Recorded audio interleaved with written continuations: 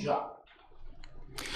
Boa tarde, galera. Boa tarde, Val. Boa tarde, todo mundo. Bom, primeiro de tudo, quero agradecer a oportunidade de estar com pessoas aqui tão especiais, um espaço tão especial também, com o apoio da Sampa, cedendo espaço aqui no SampaCast para a gente poder fazer um material que, com certeza, é uma semente para poder germinar em muitas outras contribuições que a gente tem para poder fazer enquanto negócio, enquanto pessoas, enquanto sociedade. E para você que está chegando de paraquedas, assim como nós chegamos aqui, eu quero me apresentar brevemente e apresentar também a riquíssima e luxuosa companhia que a gente vai ter hoje nesse espaço. Meu nome é Anderson Castro, sou economista e gosto de falar de gente, gosto de falar de negócio, gosto de falar de tudo. Acho que tem espaço para a gente poder pensar em muitas coisas, mas principalmente que atrás de todo CNPJ tem um CPF, né? Então, eu acho que vai ser mais ou menos essa a temática aqui do papo para hoje. E, poxa, para estruturar esse projeto, estruturar essas ideias, não poderia ser diferente a pessoa que geralmente, sim, tem sido o combustível para poder dar um impulso, para poder pensar, e quero trazer aqui para essa conversa, para poder enriquecer esse papo que é a Valquíria. Cara, que honra te conhecer hoje pessoalmente aqui, depois de tanto assim, de papo e ideias e projetos, tanta coisa. Pô, gente que é lá do mais longínquo lugar de Minas, a gente veio se conhecer aqui em São Paulo, né? Através da ponte que as nossas ricas parcerias também tem para poder proporcionar. Então, assim, Val, de uma maneira assim, não protocolar, quero realmente agradecer a tua companhia, a companhia do teu time que tá aqui com a gente hoje. Fico feliz mesmo, de verdade, e tenho certeza que com programação ou não, acho que a gente vai poder discutir e pensar coisas que são legais, sabe, para todo mundo, cara. Bem-vinda. Eu agradeço o convite, né? E como você disse, a gente saiu de um lugar tão distante e veio se conhecer aqui em São Paulo, mas sempre é no momento certo e no momento que Deus prepara pra gente. Quero agradecer pela oportunidade novamente. E em agradecimento, a gente trouxe uma lembrancinha para você. E agradecer também, porque a gente tem que caminhar com pessoas que torcem pela gente e que faz a gente sempre impulsionar, né? Sempre impulsiona a gente. E assim, você tem sido essa pessoa. Então, gratidão, muito obrigada mesmo. Pô, que honra, fico lisonjeado mesmo de ter, né, esse carinho, de ter essas palavras aí de ti. Vou, assim, fazer esse react ao vivo, tá, galera? Se não foi combinado. E fico muito feliz mesmo. Já tá verdinha a cor que eu gosto. Então, tenho certeza que eu já vou gostar. Até sim, na cor a gente combina, né? Não. Porque a Vape também é verde. Caraca. Nossa, e você acertou, cara, porque isso aqui tem sido o meu novo vício aqui, que são chás. E um belíssimo souvenir aqui, galera, ó. Viver Contabilidade Digital. Souvenir aqui lindíssimo, uma caneca que vai ser, assim, minha companheira nos dias frios de São Paulo, que hoje é um dia um pouco atípico, né? Hoje a gente tá falando de um dia bem calorento, mas um mate gelado também cairá muito bem neste copo. Pô, obrigado, Vanderlei também. Será muito lembrado, e eu até falei com a pessoa que é nosso amigo em comum. Eu falei com ele que teve uma época aí, há uns anos atrás, não posso dar muitos detalhes sobre isso, mas a gente costumava muito presentear as pessoas com canecas e tal, e eu sempre presenteei muito os meus amigos com caneca também. Só que eu nunca tinha ganhado uma. Aí ele foi e me deu uma na época e tudo, fiquei mó feliz. Então, desde bastante tempo, esse tem sido realmente um dos meus presentes, assim, favoritos pra ganhar. Então, nós acertamos Então, o presente. vocês acertaram demais, cara. E assim, para que a gente possa preencher tanto com conteúdo quanto com sabor, cara, queria que você falasse também de ti. O que você tem feito de projetos, porque lembrando, né, a nossa riquíssima audiência que está chegando agora, a nossa ideia de fazer esse papo, porque o papo que a gente teve no Instagram foi tão bom que sentimos que dava para poder tocar outras ideias, tocar em outros lugares também, para poder falar sobre pessoas, né, cara? Falar sobre seres humanos, sobre como que a gente se coloca enquanto profissional, enquanto trabalhador, enquanto família, diante de um ambiente corporativo que muitas vezes acaba sendo predatório, acaba sendo um pouco sufocante, ainda mais se tratando de um período tão especial que é o Setembro Amarelo. Então a gente está falando de uma ocasião que é lembrada com um pouco mais de ênfase, mas que não tem que ser exclusivamente sendo celebrada agora. Eu acho que a saúde mental precisa ser rememorada todos os dias, mas a gente está num momento que é bem propício, que as pessoas estão mais abertas para poder ouvir sobre esses assuntos. Então, assim, queria que você introduzisse, né, Val, falasse um pouco de ti, como que as questões de saúde mental, elas têm sido importantes para poder te ajudar no trato, né, dos negócios, de carreira, de projetos pessoal, de vida, que você é uma pessoa que divide tantas coisas boas com tantas pessoas, então acho que o momento de você dividir um pouco com a gente também, que agora, mais uma vez... Projetos a gente tem muitos, né? Porque Demais. A gente, enquanto TDAH, a gente tem muitas ideias, né? Então, assim, a gente tenta organizar para colocar todas em prática. Hoje, assim, o trabalho e a saúde mental, ela tem que andar junto, porque o dia a dia a gente já é corrido. A gente vive numa sociedade que precisa cuidar da saúde mental, porque hoje é em ênfase essa questão. E como você disse, não só Setembro Amarelo, mas tem que ser relembrado todos os dias. Mas como é um período que está mais em foco, então a gente aproveita também para destacar essa questão da saúde mental. Principalmente empreendedores, né? Eu, enquanto empreendedora, no início, quando eu comecei, eu não tinha tantos projetos, né? Porque eu ainda não tinha o diagnóstico quando eu iniciei empreender, né? Então, assim, quando eu tive o diagnóstico, aí ficou tudo mais claro. Porque aí eu consegui organizar os meus pensamentos, as minhas ideias, eu consegui colocar tudo em prática, porque a gente acaba criando uma rotina, por mais que a gente não goste de rotina. Então, a gente acaba criando uma rotina. Então, assim, essa importância de cuidar da saúde mental, para mim, foi primordial, para poder alavancar, principalmente a rede de apoio. Porque a saúde mental não adianta ser só a gente, precisa de um apoio aí ao redor. Então, assim, eu vim de um relacionamento tóxico e aí conheci o Vanderlei e daí em diante as coisas deslancharam. Quando eu conheci o Vanderlei, tinha 2 anos de diagnóstico e ainda não tinha tanta clareza das coisas, a contabilidade estava andando, mas ainda não era algo assim que estava do jeito que está hoje. Mas aí depois que eu conheci ele, a gente foi colocando as coisas, e quando a gente tem um apoio, né? Então, assim, ele é meu maior incentivador, é ele, né? Assim, depois dos meus porquês, que todo mundo tem que ter um porquê na vida, né? Depois dos meus porquês, ele é meu maior incentivador. Então, assim, hoje eu cuido muito bem da saúde mental, porque eu sei que se eu deixar passar, eu não vou conseguir ter resultado. Porque no meu caso do TDAH, além do TDAH, eu tenho superdotação e tenho hiperabilidades.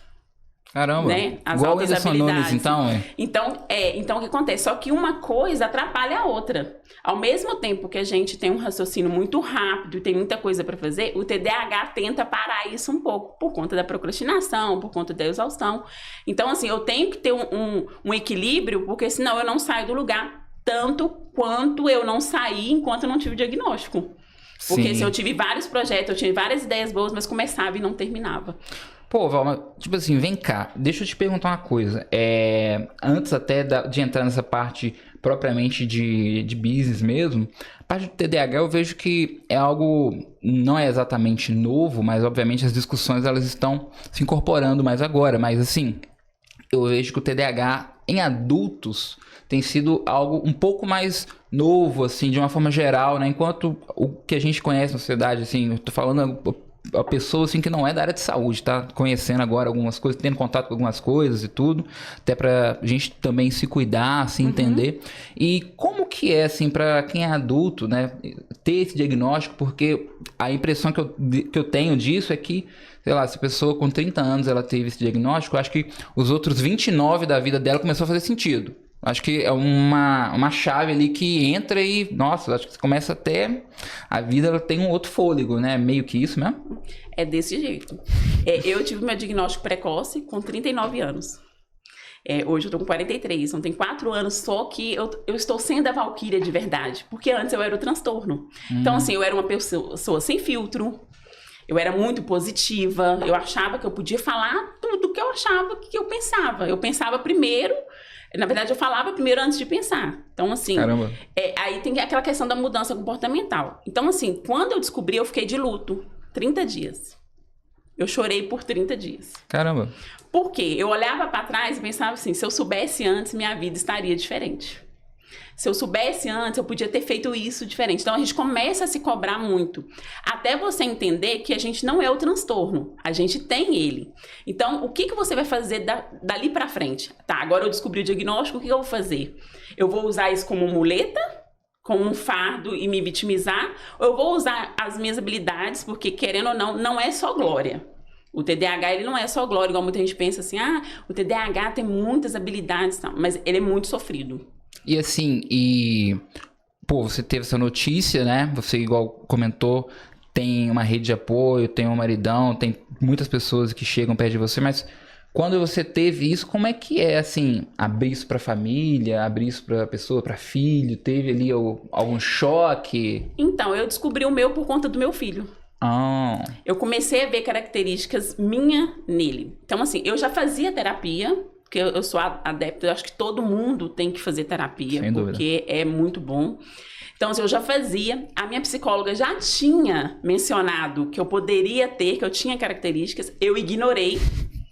E aí, porém, eu comecei a ver características no meu filho. Então, assim, eu tenho sobrinhos que são autistas. Então, a gente começa a estudar sobre essa questão e você acaba olhando e falando assim, opa, isso aqui, eu tenho bastante características. Que assim, você começa a observar se é só o autismo, se é só o TDAH. E aí, eu comecei a ver muita característica. Aí, eu falei com a minha psicóloga, falei assim, não, realmente eu acho que eu tenho. Então, ela me encaminhou para o neurologista, porque o diagnóstico pode ser dado tanto para o neurologista como para o psiquiatra. E lá em Caratinga, ela me indicou um neurologista. Aí eu fui, fiz os testes e realmente eu tinha o TDAH, meu filho também tem o TDAH.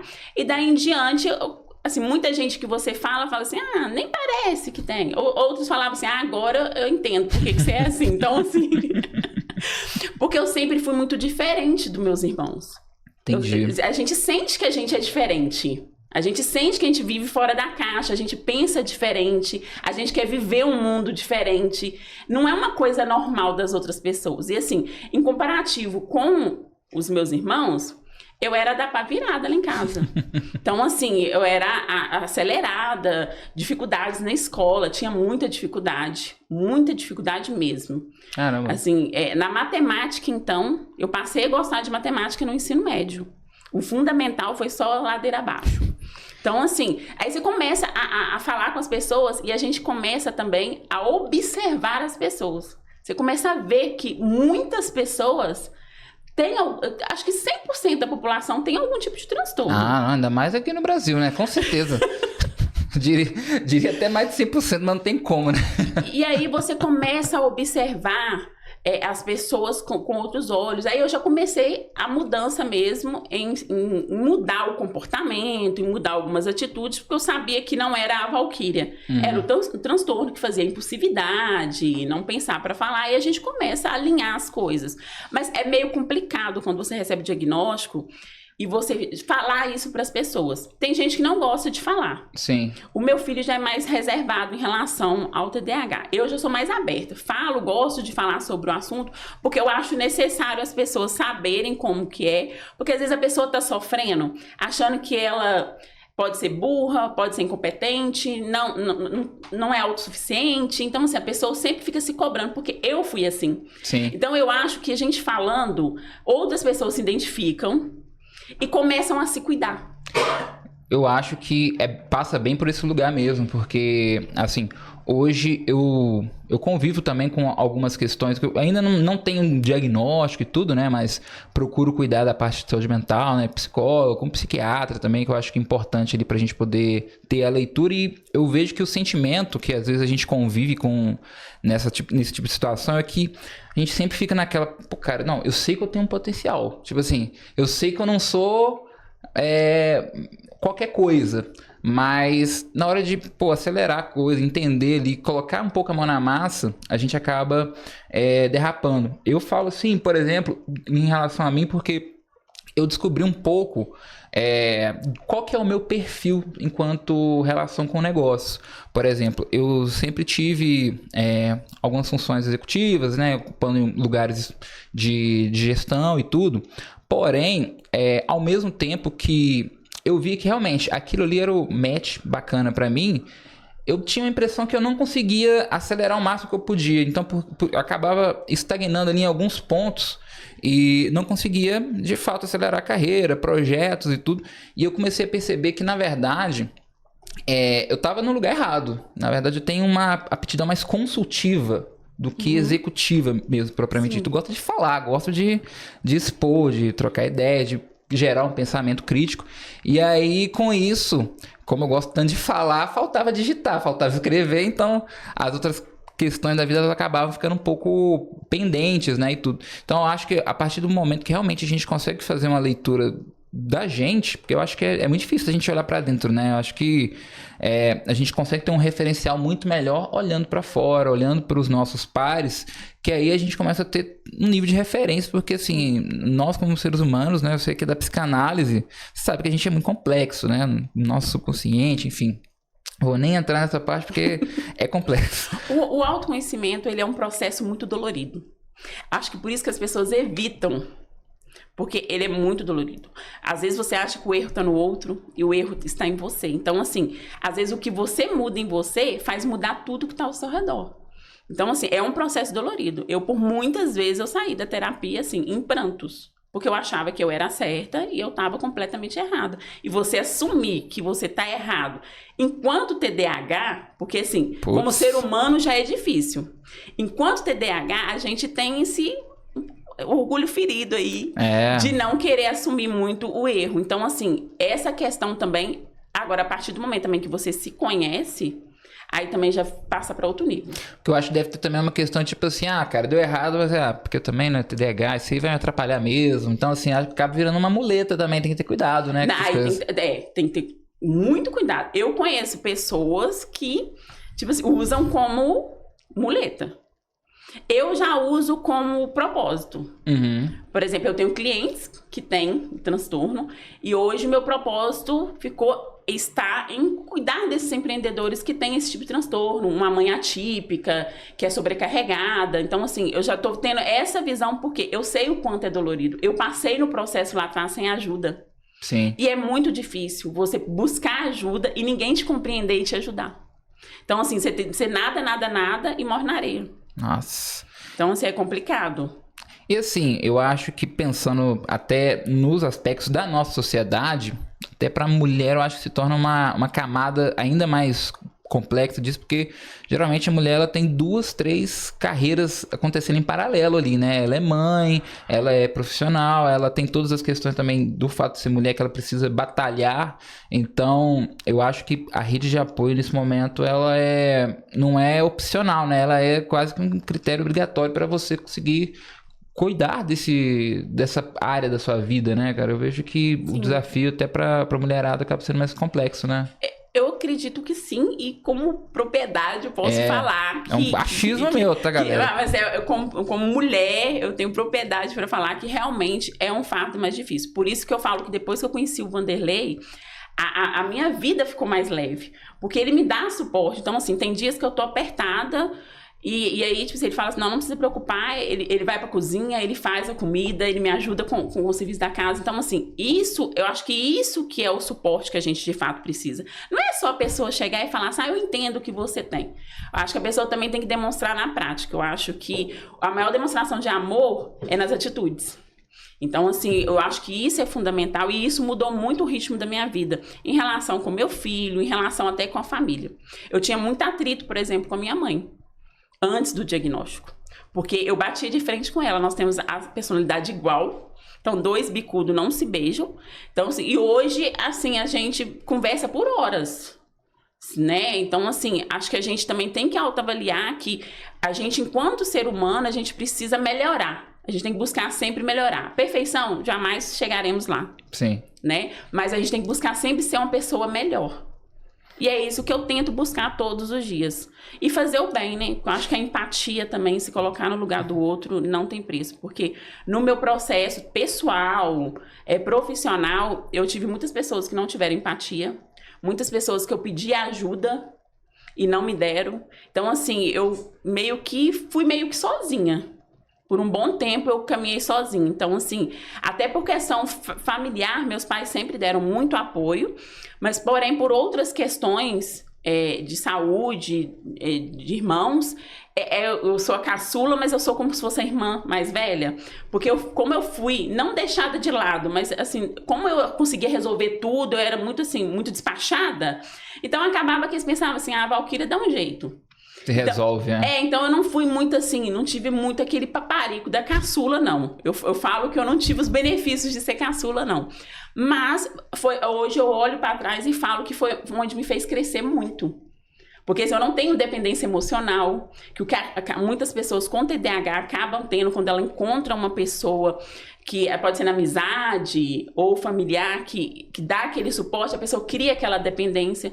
Então, assim, nesse ponto eu dou graças a Deus de ter tido essa criação dessa forma, deles me verem como uma pessoa muito bem resolvida e me deixarem resolver as minhas coisas do meu jeito, mesmo que eu quebrasse a cara, porque não foi poucas vezes, porque na impulsividade a gente quebra a cara bem quebrado. Nossa. Mas foi algo que me fez crescer muito como pessoa.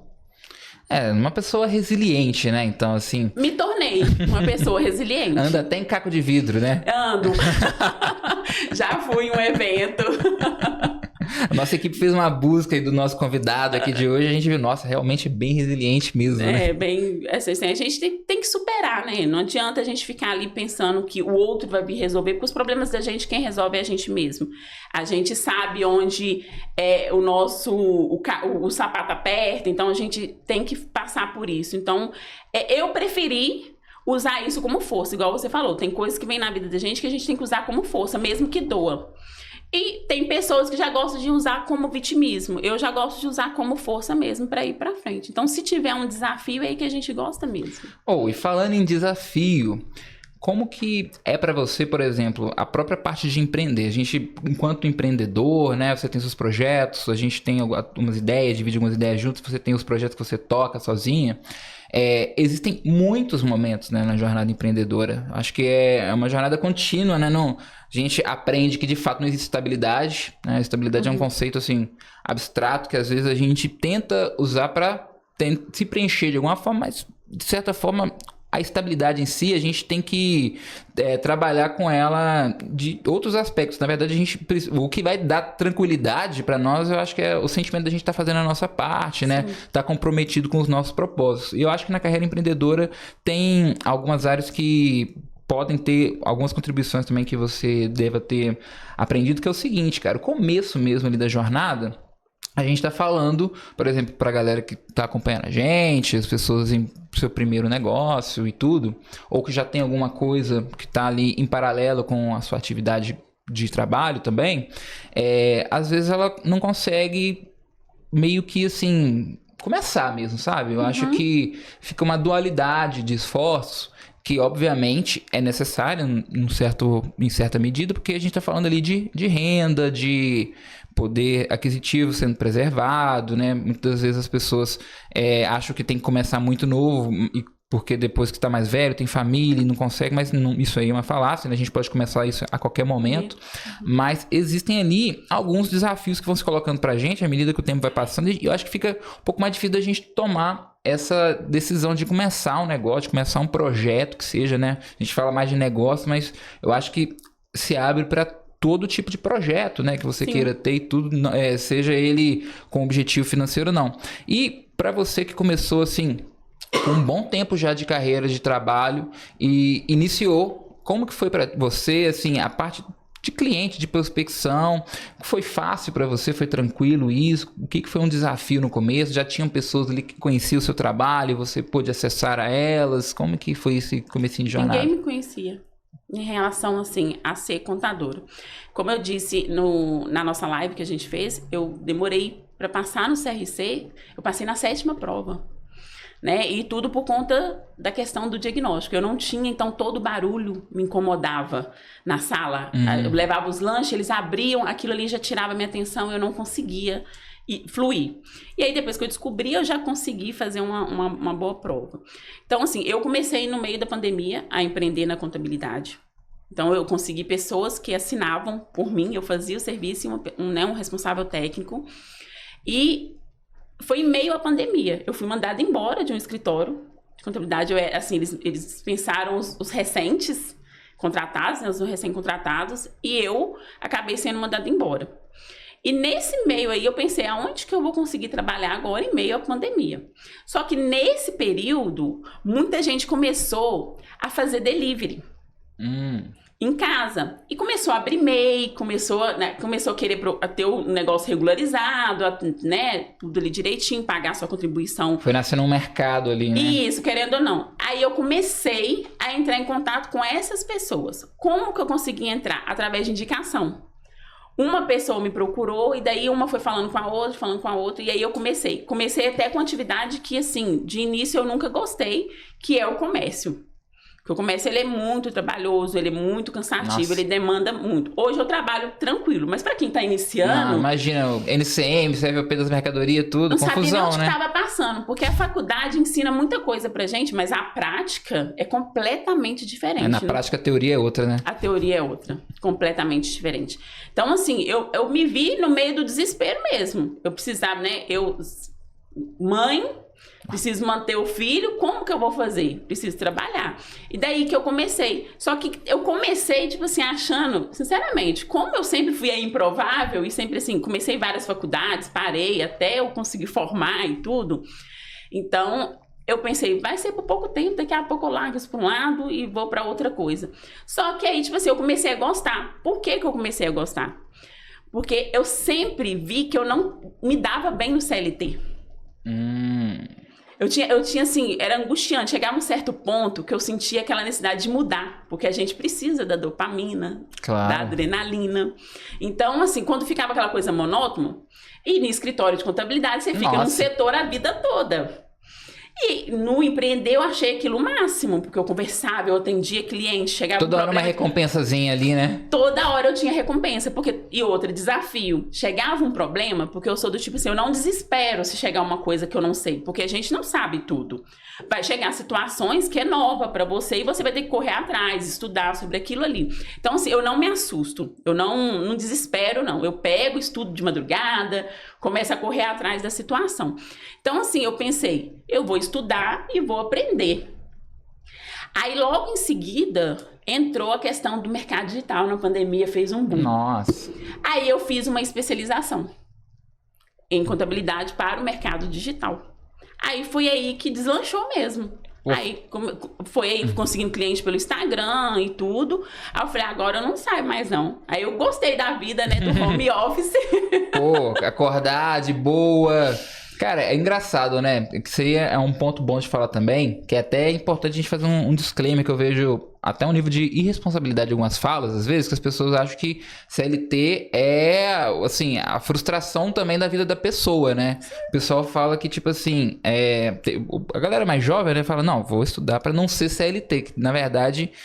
O que a gente até tá falando aqui não é a questão exatamente de ser CLT, mas é a questão da gente ter autonomia da nossa vida, do nosso dia. É a questão da liberdade. Da nossa liberdade. Pô, é a questão da gente poder ajustar nossas agendas para poder fazer o que a gente tá fazendo aqui hoje. Isso. Que é super revigorante, que é super bom. Em plena quarta-feira à tarde. É plena quarta-feira à tarde. E é óbvio que essa aqui é uma ferramenta que a gente gera para poder estreitar vínculos, gerar network, trazer negócios para o nosso canal de venda. Então, assim...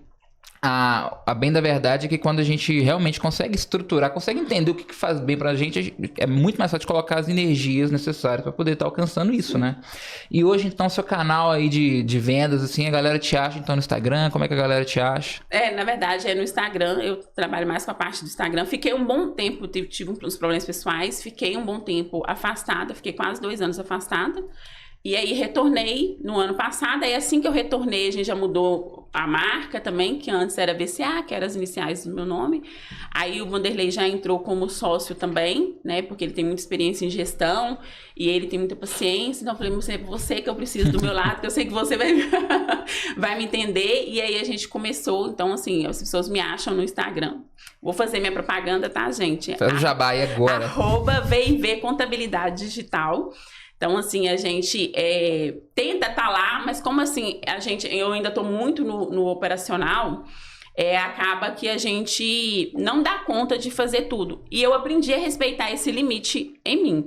Porque se a gente se cobrar muito, eu tenho que estar no Instagram, você acaba postando por postar, e você acaba não postando um conteúdo relevante, algo que vai fazer mudança na vida de alguém, de fato.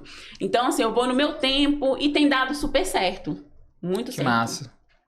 Pô, cara, e assim, eu acho que o respeito realmente com a jornada, né? A gente começa também a ter um outro tipo de desafio, né? Que quando você tem um trabalho que ele não é tão regulado, né? Quanto da jornada tradicional de trabalho, né? De CLT, a gente também não sabe que hora que começa, que hora que termina, né? No começo, né? No primeiro momento, a gente não sabe separar muito as paredes da casa, as paredes do escritório. Isso. Então, é obviamente que quando você tá fazendo uma parada que é sua... Eu acho que te dá muito mais prazer de, pô, cara, não, eu vou tocar até 9 horas, até 10, meia-noite, viro esse dia, mas me comprometo a terminar essa parada, isso que eu tô construindo. Obviamente, eu acho que é muito mais recompensador. Eu já fiz isso pra mim e pros outros. Imagino que você também. Com certeza. É o mais comum nessa vida até. Mas, assim, eu acho que também é uma questão que acaba contaminando, que também pede um certo nível de maturidade, de consciência, e a gente também entender os nossos limites para não renegar as outras coisas do nosso dia a dia, Sim. né? Porque se a gente está fazendo esse tipo de trabalho nesse formato, é justamente para poder ter a possibilidade de, poxa, deixa eu almoçar com calma, deixa eu sentar, né? Nossa, deixa eu almoçar assim... Poxa, a gente às vezes tá no escritório, né? No meio corporativo, você almoça com a roupa pesada ali, em casa você tá de certa forma um pouco mais tranquilo, e isso melhora a produtividade também. Então, assim, eu acho que é algo até importante das empresas estarem atentos, que a gente não tá falando de pessoas que ficam com o corpo mole, né? Inclusive, teve até uma notícia recentemente agora do Itaú que demitiu uma galera que estava no home office, por conta de inatividade, mas na verdade, isso acaba até penalizando quem é mais produtivo, né? Porque se a pessoa é mais eficiente, ela não tem que estar ali... Pô, no cabresto, né? Igual, geralmente, o que a gente vê muito no CLT, que é o olho do dono que engorda o boi, né? Então, eu queria até entender de ti em relação a isso mesmo, cara. Como que você que já tem uma experiência nessa parte de tocar os seus próprios projetos, tocar a sua própria carreira, como que a gente pode se organizar, como que a gente pode fazer com que o nosso trabalho ele seja um orgulho pra gente, não gere ansiedade de ter que fazer, de ter que entregar, porque eu acho que é algo também que pode estar presente, às vezes, de quem começa nessa jornada de, poxa, agora é eu e eu, se eu não conseguir, vou perder cliente, dependendo da atividade vou ser penalizado, meu conselho pode vir, dependendo do que for que a pessoa está se propondo a fazer. Então, eu acho que tem todas essas coisas que precisam ser ponderadas, né? Então, assim, pra gente poder se organizar, conseguir tocar de uma forma assim equilibrada, saudável, o que você sugere, o que você divide com a gente? Então, o ambiente do trabalho em casa, realmente, se a pessoa não tiver uma cobrança em si, ela acaba ficando bem relaxada mesmo.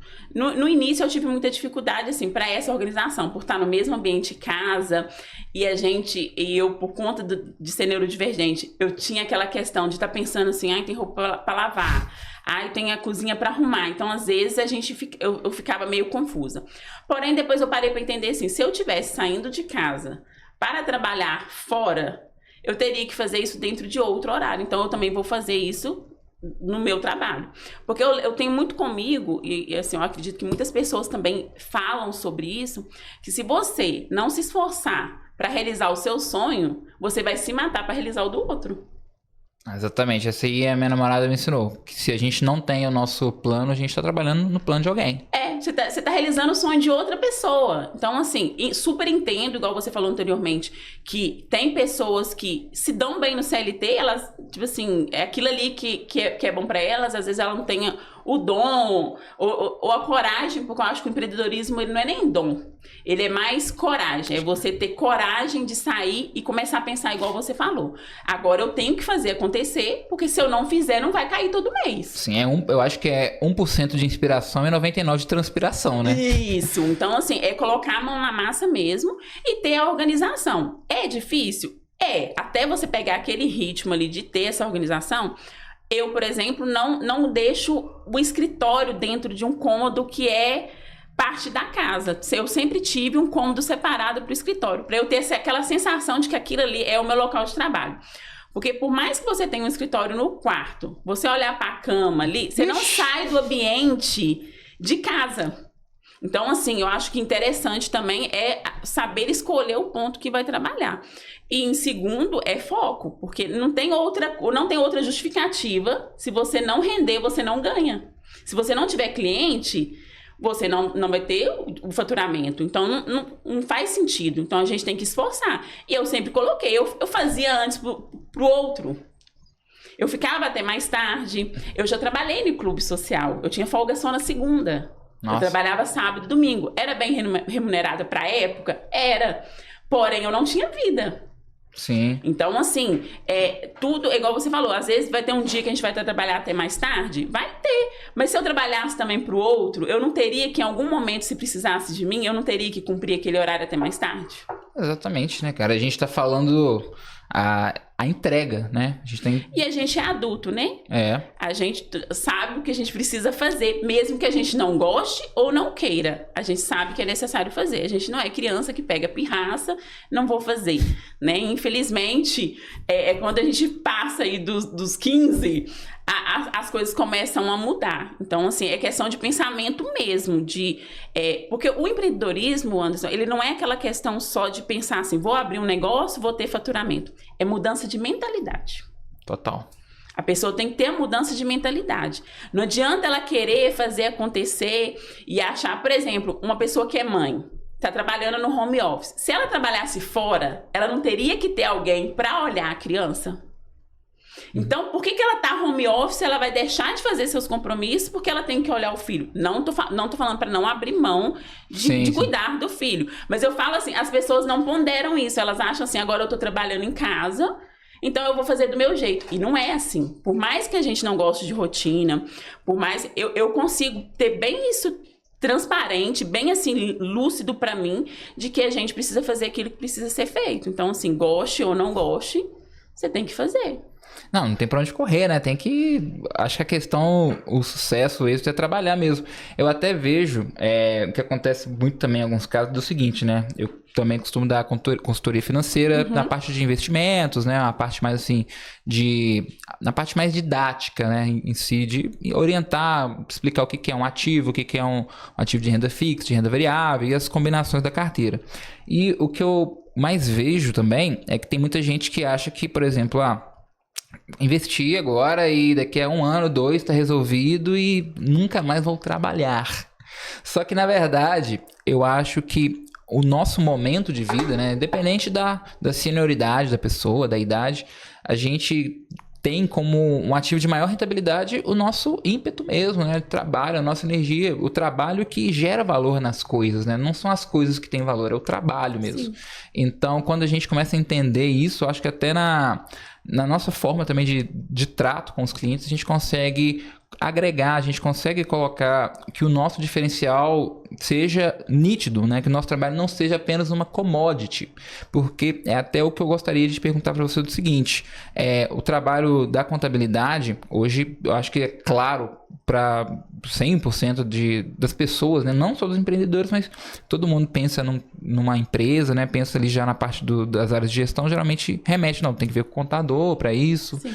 Então, assim, imagino também que deve existir uma competição, um mercado bem disputado, né? Bem competitivo. E para ti, como que foi trabalhar isso?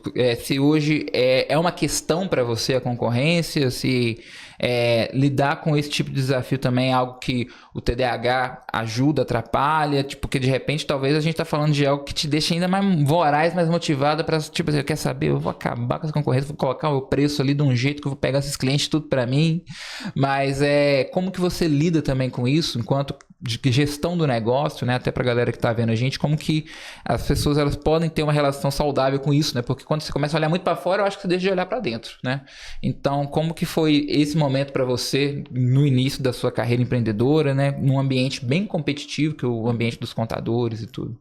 Então, eu não sou muito da neura da questão do concorrente, não. Por quê? Eu acredito que por ser um serviço, ele já é mais difícil para você vender, tem desafio, porque é uma questão de confiança, e tem que gerar conexão. Então, eu não preciso ficar preocupada com a contabilidade tal, porque quem tiver conexão com aquela contabilidade vai ir para aquele contador. Não tem como. Uma coisa que eu sou muito contra, isso aí, assim, eu acho que esse é o meu diferencial, é a questão de gurus. Da internet, porque você tem que fazer processo assim, assim, assado. Nossa, isso aí me mata. E aí, tipo assim, eu enquanto TDAH, eu penso o seguinte, eu criei os meus métodos. Chego no mesmo resultado, no resultado final, faço a minha entrega, porém eu criei processos que funcionam pra mim, porque as pessoas hoje vendem muito que você tá bem vestido, você tá bem maquiado, eu falo na questão feminina e até na questão masculina mesmo. E você ter uma postura, eu super entendo que a gente tem que criar autoridade, mas eu acho que isso vem do seu conhecimento e do seu posicionamento enquanto pessoa. Se você passa a fazer isso só em troca do dinheiro, você perde a sua essência.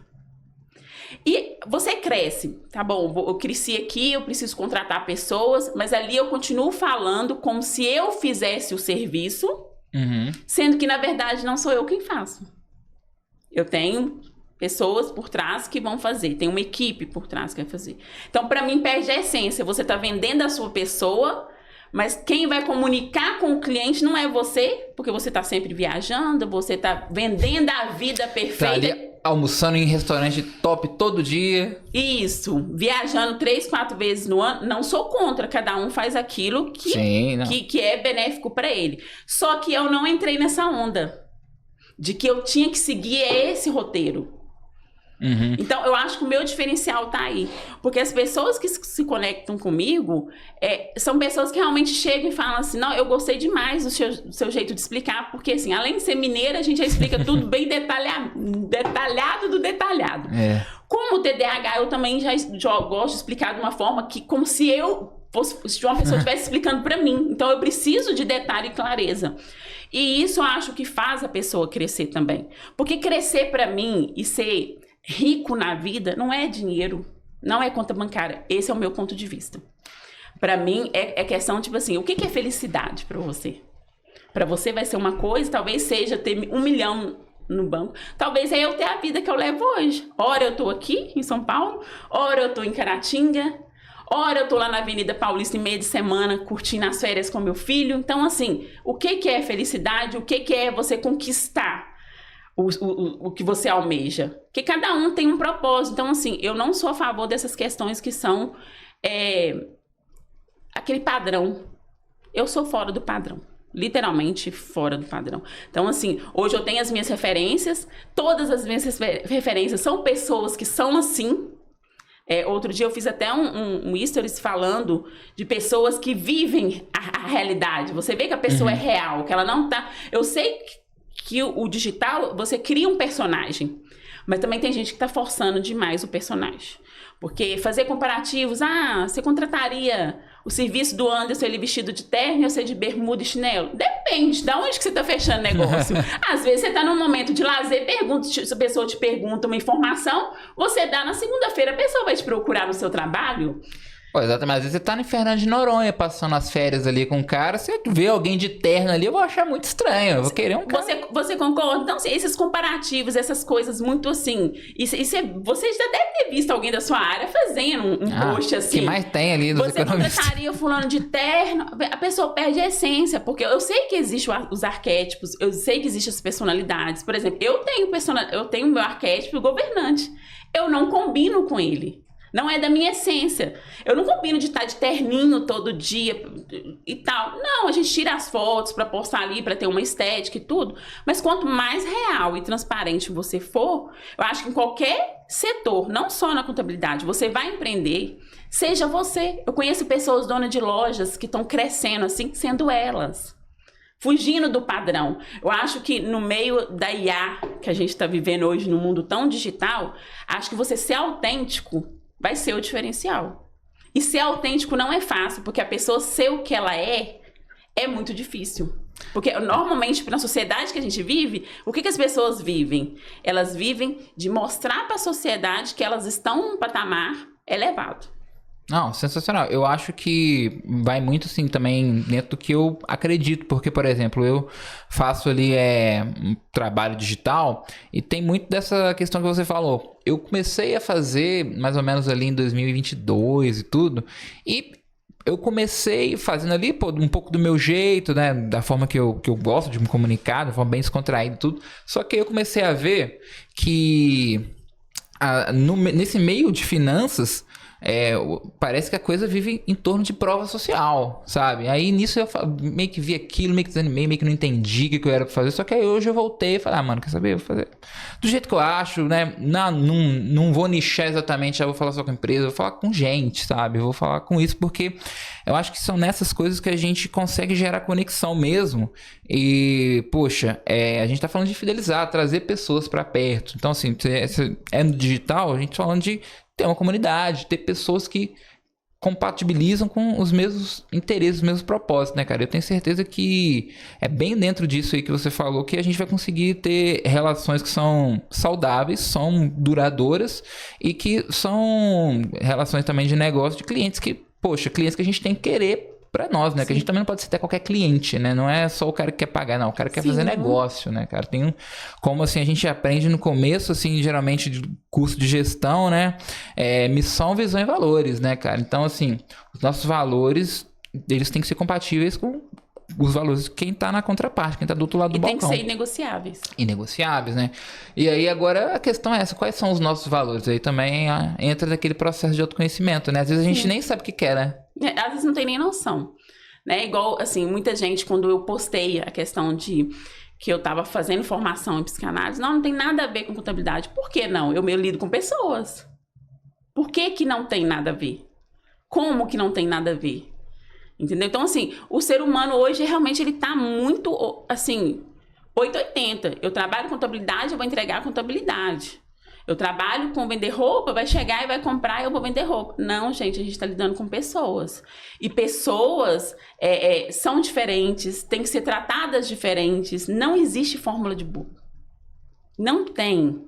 Não tem para setor nenhum. Não adianta você chegar aqui para mim conversar comigo de uma forma, chegar para o Vanderlei e falar de outra. A dor dele vai ser uma, a minha vai ser outra. Então, assim, a gente precisa conhecer o mínimo do ser humano. Entender a cabeça do ser humano. Por que a pessoa não consegue organizar as coisas dela? Tem alguma coisa ali que tá travando? O que é que tá travando? O porquê? Vamos tentar organizar esse setor aqui para ver se esse tem resultado? Então, assim, vai muito além. Acho que vai muito além de números, vai muito além de faturamento. A gente lida com pessoas. E com pessoas você tem que ter um pouco de conhecimento de pessoas. Eu acho que, assim, as métricas, os números começam a fazer sentido depois que a gente entende o subjetivo, né? Sim. Então, não tenho dúvida que vai ser combustível para um terceiro papo nosso. Pô, Val, quero agradecer demais você ter dedicado o espaço dessa agenda sua disputada e a gente poder construir, né, pensar junto aqui coisas que, assim, tô como host aqui, mas é uma resenha, é um papo, né, cara? Sim, então, eu acho legal. Que a gente tem coisa pra poder construir, tem coisa pra pensar. Agradecer demais você, agradecer a The Sampa por estar cedendo esse espaço, que se você quer conhecer, venha, procure um pouco sobre o Espaço Teia. E quero deixar também os meus contatos, quem quiser me procurar depois no Instagram, o Anderson Castro, o Anderson.castro. E a Val também, deixa aí os seus recados, suas considerações finais, Val. Eu não vou perder a oportunidade, já que o povo já está preocupado eu fazendo psicanálise. Então, assim, eu até compartilhei com o Anderson, aqui quando cheguei, que agora também sou fundadora de um novo projeto que é o Viva TDAH, do Heider, né? O Instagram deles é até @TDAHhábitos. Então, assim, são coisas que para mim faz sentido. Acho que o que a gente faz na vida da gente não precisa fazer sentido para o outro que está observando de longe, porque as pessoas que observam de longe, elas têm ali 1% da vida da gente. Então, elas não entendem o nosso propósito. Quero agradecer a oportunidade, claro, e seguem lá no Instagram, @VIVContabilidade. Eu tenho um outro também, de um outro projeto, que é trabalhar com mulheres neurodivergentes, sobrecarregadas, que é o @EuValquíriaAssis. Então, assim, são vários projetos, no final, com o mesmo resultado. É isso. Pessoal, obrigado quem acompanhou até aqui. Tá aqui os nossos recados, tá aqui as nossas considerações e em breve a gente volta para um outro papo. Beijo.